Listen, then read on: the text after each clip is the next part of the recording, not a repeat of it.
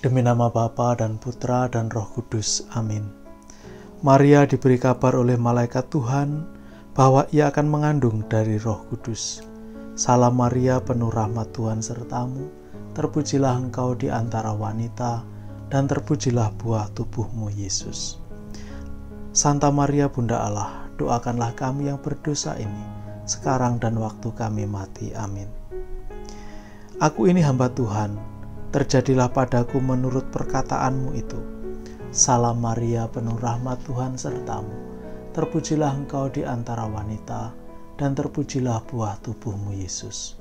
Santa Maria Bunda Allah, doakanlah kami yang berdosa ini, sekarang dan waktu kami mati. Amin. Sabda sudah menjadi daging dan tinggal di antara kita.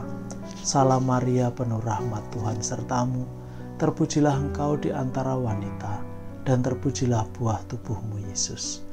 Santa Maria Bunda Allah, doakanlah kami yang berdosa ini, sekarang dan waktu kami mati. Amin.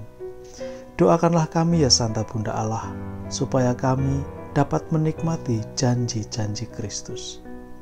Marilah berdoa. Ya Allah, karena kabar malaikat kami mengetahui bahwa Yesus Kristus Putramu menjadi manusia. Curahkanlah rahmat-Mu ke dalam hati kami, supaya karena sengsara dan salibnya, kami dibawa kepada kebangkitan yang mulia, sebab Dialah Tuhan dan pengantara kami. Amin. Saudari dan saudara yang terkasih dalam Kristus, selamat sore.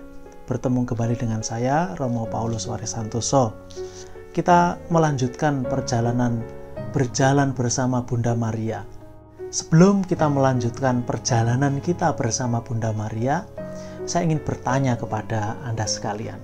Pernahkah Anda berdoa seperti ini? Tuhan, bantulah aku melakukan apa yang Engkau ingin aku lakukan. Mengatakan apa yang Engkau ingin aku katakan. Pergi ke tempat Engkau kemana aku ingin pergi. Melepaskan apa yang Engkau ingin aku lepaskan. Saudari dan saudara terkasih, pernahkah Anda berdoa seperti itu? Pasti pernah.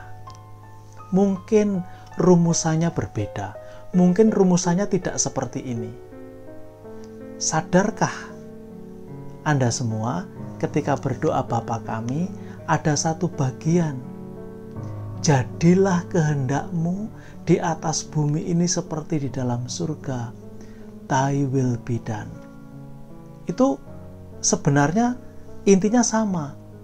Kita ingin apapun yang kita lakukan, apapun yang kita katakan, apapun yang akan kita pikirkan, kemanapun langkah kita menuju, itu seperti yang digariskan dan direncanakan Tuhan.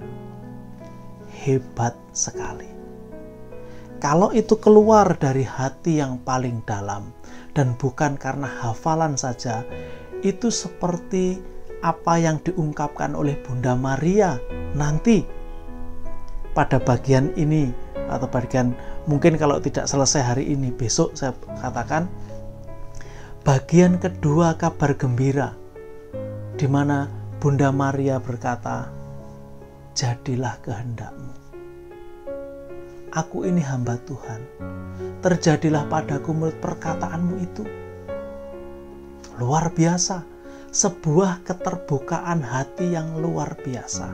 Dan inilah dasar atau hal mendasar yang dibutuhkan seseorang kalau sungguh ingin melakukan kehendak Allah. Keterbukaan hati. Banyak orang berdoa seperti yang saya contohkan tadi, dengan rumusan yang berbeda. Tetapi sedikit saja yang sungguh-sungguh mau mengambil risikonya. Sedikit saja yang mau sungguh-sungguh ambil bagian dan mau tanda kutip terluka karena doa-doa ini. Karena apa? Karena konsekuensi dari doa ini luar biasa besar. Nah, kita lihat sekarang apa yang dikatakan oleh malaikat kepada Maria. Sesungguhnya engkau akan mengandung dan akan melahirkan seorang anak laki-laki, dan hendaklah engkau menamai dia Yesus. Ia akan menjadi besar dan akan disebut Anak Allah yang Maha Tinggi. Dan Tuhan Allah akan mengaruniakan kepadanya tahta Daud bapa leluhurnya. Dan ia akan menjadi raja atas kaum keturunan Yakub sampai selama-lamanya. Dan kerajaannya tidak akan berkesudahan.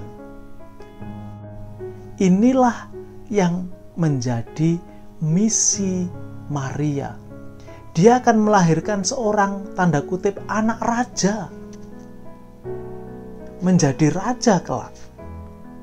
Nah, saudari sudah terkasih, apakah kata-kata ini baru? Rupanya tidak. Saya selalu mengulang kata-kata ini. Maria adalah perempuan Yahudi yang tekun membaca kitab suci. Dia tahu, dia mengerti, maka dia pasti ingat bahwa janji seperti ini dulu pernah disampaikan. Itu ada dalam kitab Samuel, kitab kedua Samuel bab 7 ayat 9 sampai dengan 16. Bahwa kepada Daud Allah menjanjikan bahwa keturunanmu nanti juga akan menjadi besar. Nah, mari kita bandingkan sebelah menyebelah begitu ya. Anda bisa lihat di grafis yang saya buat sederhana ini, yang Samuel dan dari Lukas. Pada ayat 9 dikatakan, aku membuat besar namamu seperti nama orang-orang besar yang ada di bumi. Ayat 14 dikatakan, aku akan menjadi bapanya dan ia akan menjadi anakku. Dialah yang akan mendirikan rumah bagi namaku, dan aku akan mengokohkan tahta kerajaannya untuk selama-lamanya. Nah, keluarga dan kerajaanmu akan kokoh untuk selama-lamanya. Di hadapanku, tahtamu akan kokoh untuk selama-lamanya. Saudari dan saudara terkasih, setelah melihat sedikit perbandingan dari Samuel dan Lukas tadi, kita bisa melihat bahwa Maria rupanya diberi tugas yang tidak ringan. Anak yang akan dikandung itu bukan sembarangan anak, bukan anak biasa-biasa saja, tapi calon raja, dan bukan sekedar raja biasa. Maria memahami betapa beratnya tugas ini. Dia sebagai seorang Yahudi yang juga menantikan datangnya Dia yang terurapi, Sang Mesias itu, tentu juga bingung. Maka dia bertanya, bagaimana mungkin itu terjadi? Karena meskipun dia sudah bertunangan seperti yang kita lihat pada pertemuan sebelumnya, dia masih tinggal bersama orang tuanya. Dia belum berhubungan layaknya suami istri dengan Yosef. Maka dia bertanya, wajar, bagaimana itu mungkin terjadi? Dan malaikat menegaskan kepada dia, Roh Kudus akan turun atasmu, dan kuasa Allah yang Maha Tinggi akan menaungi engkau, sebab anak itu, anak yang kau lahirkan, akan disebut kudus, anak Allah. Sekali lagi, Maria mendapat tugas yang tidak ringan. bukan sekedar melahirkan anak raja, tapi Allah, anak Allah. Maka Maria ya menjadi bunda Allah. Saudari dan saudara terkasih dalam Kristus, yang patut kita renungkan adalah sikap Maria. Setelah dia menyadari tugas berat yang harus dia emban, bukan hanya sekedar melahirkan anak biasa, tapi juga anak raja. Bukan sekedar anak raja, tapi juga anak Allah. Maka dia bukan hanya sekedar menjadi ibu biasa, tapi juga menjadi ibunda Allah. Maka apa yang dilakukan oleh Maria patut menjadi teladan bagi kita, yaitu sikapnya untuk setia.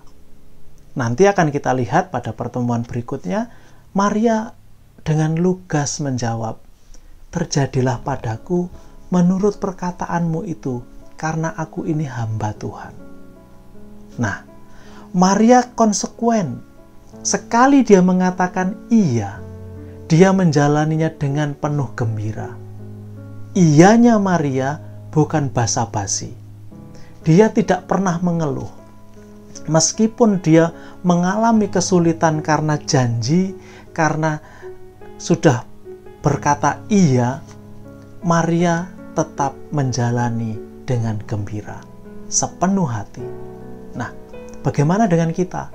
Ketika kita berdoa, "Tuhan, jadilah padaku menurut kehendak-Mu, buatlah hatiku seperti hati-Mu, buatlah aku melakukan apa yang Engkau ingin aku lakukan," dan seterusnya. Kalau pada tiba saatnya Tuhan membawa kita kepada jalan-jalan yang terjal, Tuhan membawa kita kepada situasi-situasi yang tidak menyenangkan, apakah kita masih bisa tersenyum, bergembira, dan berkata, "Tuhan, ini juga bagian rencana-Mu. Aku pun akan menjalaninya dengan sepenuh hati."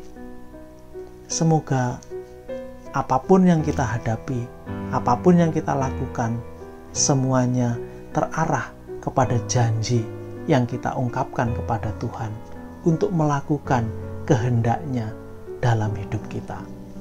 Tuhan memberkati. Demi nama Bapa dan Putra dan Roh Kudus. Amin.